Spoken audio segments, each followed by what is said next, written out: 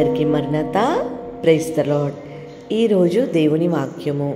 ఆయనకు భయపడు వారి మీద ఆయన కనికరము తరతరములకుండును. లూకా సువార్త 1వ అధ్యాయము 50వ వచనం.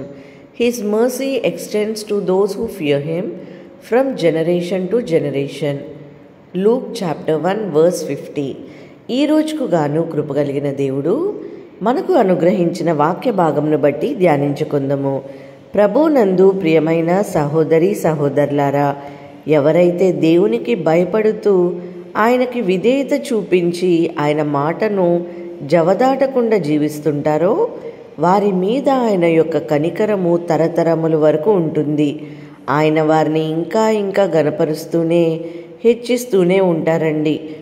మనము చాలా సందర్భాల్లో దేవుని వాక్యము వింటున్నప్పుడు, ఆయన మాటలు చదువుతున్నప్పుడు దేవుడు ఒక స్నేహితుడిగానో తండ్రిగానో అని భక్తులు చెప్తూ వచ్చారు.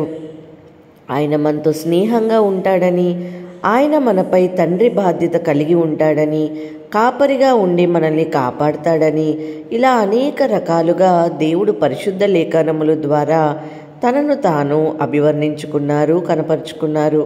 అయితే ఈ మాటలు వింటున్న మనం మర్చిపోవద్దు, దేవుడు ఆకాశ మహాకాశములలో నివసిస్తూ సింహాసనంపై ఆసీనుడై ఉండి సర్వశక్తితో సర్వజ్ఞానముతో ఈ లోకమును అనగా మనలను పాలిస్తున్నాడు అని, ఆయన ఈ లోకాన్ని కలుగచేసిన సృష్టికర్త అని, దేవుని యొక్క మాటలు కనీసము ఆయన పేరు కూడా పలికే అర్హత లేని మనకు దేవుడు ఆయన యొక్క కృప చొప్పున అటువంటి ధన్యతనిచ్చాడు. అందుకే మనందరము కూడా ఆయనకు భయపడుతూ జీవించువారముగా ఉండాలండి. భక్తుడు అంటున్నాడు, ఆయన మహాభయంకరుడై ఉన్నాడు అని పరిశుద్ధ లేఖనముల ద్వారా దేవుడు మనకు జ్ఞాపకం చేస్తున్నాడు. చాలా పూర్వకాలమున జరిగిన వాటిని జ్ఞాపకం చేసుకొనుడి. దేవుడను నేనే, మరి ఏ దేవుడు లేడు, నేనే దేవుడును, నన్ను పోలినవాడు ఎవడు అని. అవును ప్రియమైన సహోదరి సహోదరులారా, సర్వశక్తిమంతుడైన మన దేవుడు పోలిన మరో వ్యక్తి ఎవ్వరూ లేరు. ఆయనకున్న శక్తి, ఆయనకున్న జ్ఞానము, ఆయనలో ఉన్న పవిత్రత, ఆయనకున్న మహిమ మరి ఏ ఒక్కరికి లేదు, ఉండబోదు. మరి అటువంటి పరిశుద్ధుడు పరిపూర్ణుడు అయినటువంటి దేవునికి మనము భయపడుతున్నామా? నిజముగా భయపడుతున్నామా? లేదా దేవునిని మన అవసరాల కొరకు, మన సొంత లాభము కొరకు, మన సొంత ఘనత కొరకు ఉపయోగించుకుంటున్నామా? ఈరోజు దేవుని యొక్క కరుణ పొందుకోవాలి అంటే, దేవుని యొక్క కృప నీపై ఉదయించాలి అని నీవు ఆశపడితే ముందుగా చేయాల్సింది ఏమిటో తెలుసా? ఆయనకు భయపడే వ్యక్తిగా ఉండాలి. ఆయనకి భయపడుట అంటే ఏమిటంటే, ఆయన ఆజ్ఞానుసారంగా జీవించడం.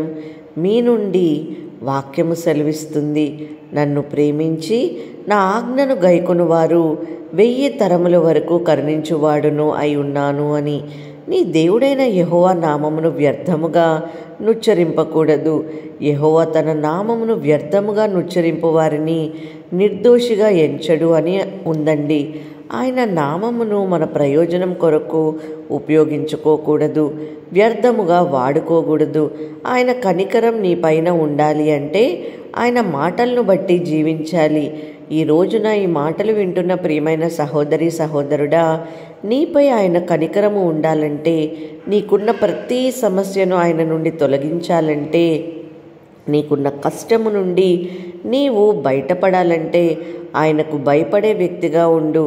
నీకు తెలుసు దేవుడు ఏ విధంగా జీవించమని చెప్పాడో, నీకు తెలుసు ఏ విధమైన మాటలు నీ నోటి గుండా పలకాలో, నీకు తెలుసు ఏ విధమైన ప్రవర్తనతో ఆయనను నీవు సేవించాలో. అయినా కానీ ఏమవుతుందిలే, నా దేవుడు నన్నేమంటాడులే, ఇది ఒక్కసారి కదా నేను తప్పు చేసింది అని నీవు ఆలోచిస్తూ తెలిసి తెలిసి పాపం చేస్తున్నావు. చూడు, అదే చెప్తుంది, నీవు దేవునికి భయపడటం లేదని, ఆయన మాటలు లక్ష్య పెట్టడం లేదని. పూర్వమందు అనగా నీకు మారు మనసు లేనప్పుడు, ఆయన దేవుడంటే ఎవరో తెలియనప్పుడు, ఈ లోక సంబంధిగా జీవిస్తున్నప్పుడు తెలియక అనేక పాపములు చేసి ఉన్నావు. దానిని గురించి దేవుడు నిన్ను అడగడం లేదు. కానీ అన్నీ తెలిసిన తరువాత కూడా పరలోక మార్గం ఏమిటో తెలుసు కూడా మార్గము తప్పుదాము అనే నీ ఆలోచన, ఆ ప్రవర్తన దేవుని యొక్క కనికరముని నీకు దూరం చేస్తుంది. కానీ దేవుని యందు భయం కలిగి జీవిస్తే నీవు ఆయన ద్వారా సహాయం పొందుకుంటావు, క్షేమంగా జీవించగలుగుతావు. అందుకే కీర్తనకారుడు అంటున్నాడు, తన యందు భయభక్తులు కలిగి వారి కోరిక ఆయన నెరవేర్చును, వారి మొర ఆలకించి వారిని రక్షించును అని. కాబట్టి ప్రియ సహోదరి సహోదరుడా, దేవుడు నీ మొర ఆలకించాలి అంటే, నీ యందు కూడా కనికరం పడాలి అంటే ఆయన యందు భయభక్తులు కలిగి జీవించటం నేర్చుకో. అప్పుడు నీ పైన, నీ కుటుంబం పైన ఆయన కనికరము తరతరములు ఉంటుంది. దేవుడి మాటలను దీవించి మన హృదయంలో ఫలింపచేయునుగాక. వాక్య భాగంను బట్టి ప్రార్థించుకుందాం. ప్రార్థన. మహాపరిశుద్ధ ఘనమైన తండ్రి, మీ ఘనమైన నామమునకై స్తోత్రములు. యేసయ్యా, మహోన్నతుడవు, సర్వశక్తిమంతుడవైన దేవా, మీకు స్తోత్రములు తండ్రి. ప్రభా, అవును తండ్రి, ఈ యొక్క ఇచ్చిన గొప్ప వాగ్దానము కొరకు స్తోత్రములు ప్రభా. అవును తండ్రి, మీ బిడ్డలంగా మీరు మాకు చూపించిన మాదిరికరమైన జీవితంలో నా ప్రభా మేము అడుగుజాడల్లో, మీ అడుగుజాడల్లో నడిచేవారంగా దీవించండి. అవునేసయ్యా, మీ కృప లేనిదే ప్రభా ఈ లోకంలో మేము ఏమీ చేయలేము ప్రభా. యేసయ్యా, మీ సహాయము లేనిదే ప్రభా మేము ఒక అడుగు కూడా ముందుకు వేయలేము. ఈ ప్రార్థనలో ఏకీభవిస్తూ ప్రార్థన చేసిన ప్రతి ఒక్కరి మనల్ని ఆశీర్వదించమని యేసు నామములో అడుగుతున్నాం తండ్రి. ఆమేన్.